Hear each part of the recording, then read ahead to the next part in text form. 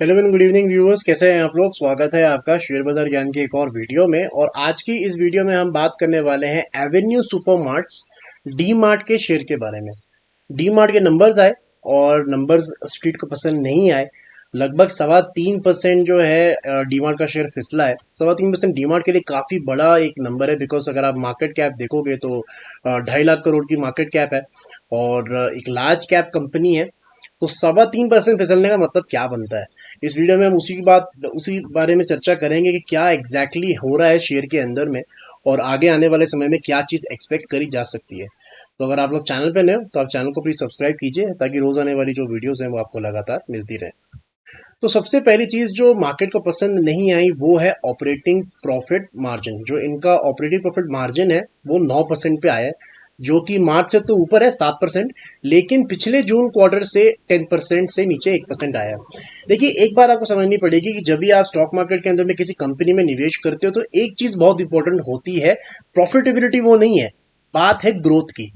ठीक है, अगर जो कंपनी अगर एक जगह पे स्टेबलाइज हो जाए, यानी कि प्लेटू हो जाए और वही नंबर्स बार बार आते जाएंगे तो स्टॉक ऊपर नहीं बढ़ पाएगा। And that is exactly the problem with D mart. अगर आप देखोगे यहाँ पे तो एक तो पहली बात ये है कि इनकी सेल्स बहुत है लेकिन मार्जिन क्योंकि कम है इनके पास में, तो एक एक परसेंट से बहुत फर्क पड़ता है। अगर आप सिंपल भाषा में समझेंगे तो इनकी प्रॉफिटेबिलिटी जो 650 करोड़ पे आई है, नेट प्रॉफिट की मैं बात कर रहा हूँ, अगर यहाँ पे ये ऑपरेटिंग प्रॉफिट मार्जिन 9% का 10% पे भी आता तभी भी ये प्रॉफिट 100 करोड़ से बढ़ जाता, बिकॉज इनका मार्जिन ही 10% 9% है। जैसे आप यहाँ पे एग्जांपल के लिए आप 10% वाले आज इसको देखिए, 10,000 करोड़ का सेल किया तो 1,000 करोड़ का ऑपरेटिंग प्रॉफिट हुआ। सीधी सीधी सी बात है, 10% उनका प्रॉफिट मार्जिन है। वहीं पे अगर यहाँ पे जो इन्होंने इस बार 1,035 करोड़ का प्रॉफिट किया है, अगर यही मार्जिन 10% होता तो 11,800 करोड़ की सेल पे इनका जो प्रॉफिट आता वो 1,180 करोड़ आता। तो फर्क बहुत बड़ा पड़ जाता है प्रॉफिटेबिलिटी पे, और यही चीज जो है मार्केट को पसंद नहीं आई है। बाकी ओवरऑल ये शेयर के अंदर में दमानी साहब का ये कंपनी है और लोगों को बहुत ट्रस्ट है इस शेयर के ऊपर में, और ओवर द इयर्स वाकई में बहुत ही स्टैग्नेंट एक इन्होंने ग्रोथ दिखाया है। 2012 से अगर आप ये 10 साल कंपेयर करो, कहाँ कंपनी साल में 60 करोड़ का प्रॉफिट देती थी, अभी 2400 करोड़ का प्रॉफिट देती है। तो लीप्स एंड बाउंड्स जो है ये कंपनी ग्रो करी है।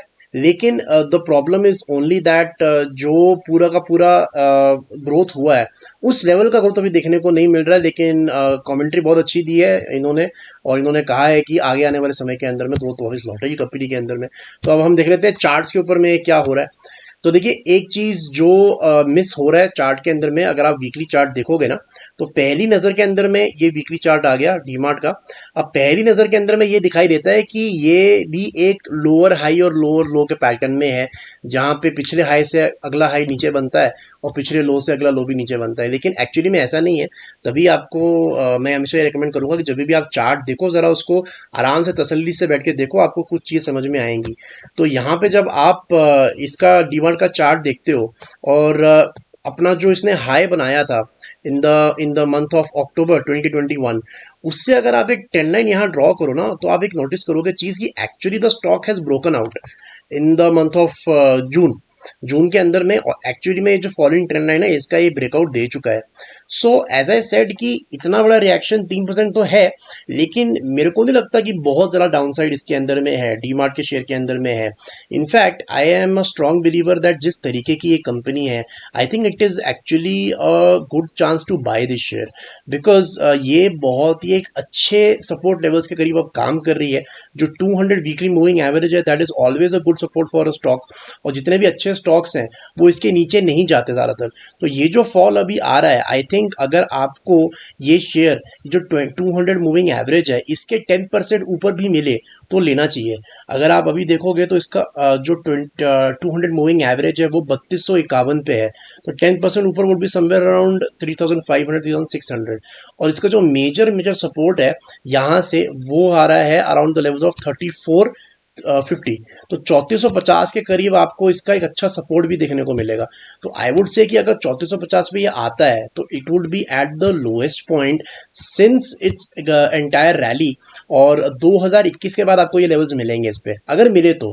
चांसेस कम है, लेकिन अगर मिले तो डेफिनेटली इसको लेना चाहिए फॉर द लॉन्ग टर्म। ये बहुत ही बढ़िया कंपनी है और बहुत ही अच्छा मैनेजमेंट है, एंड आने वाले समय के अंदर में डेफिनेटली ये अच्छा इंप्रूवमेंट भी होगा और स्टॉक में भी अच्छे रिटर्न आपको देखने को जरूर मिलेंगे। तो दोस्तों ये था मेरा आज का video on D mart Avenue Supermarts. I hope आपको लॉजिक लेवल्स और रिजल्ट्स जो है वो क्लियर आउट हो गए। कोई सवाल है आपका तो आप कमेंट सेक्शन में डाल सकते हो। मैं मिलूंगा आपसे अपनी अगली वीडियो में, तब तक आप अपना ख्याल रखें and all the best guys.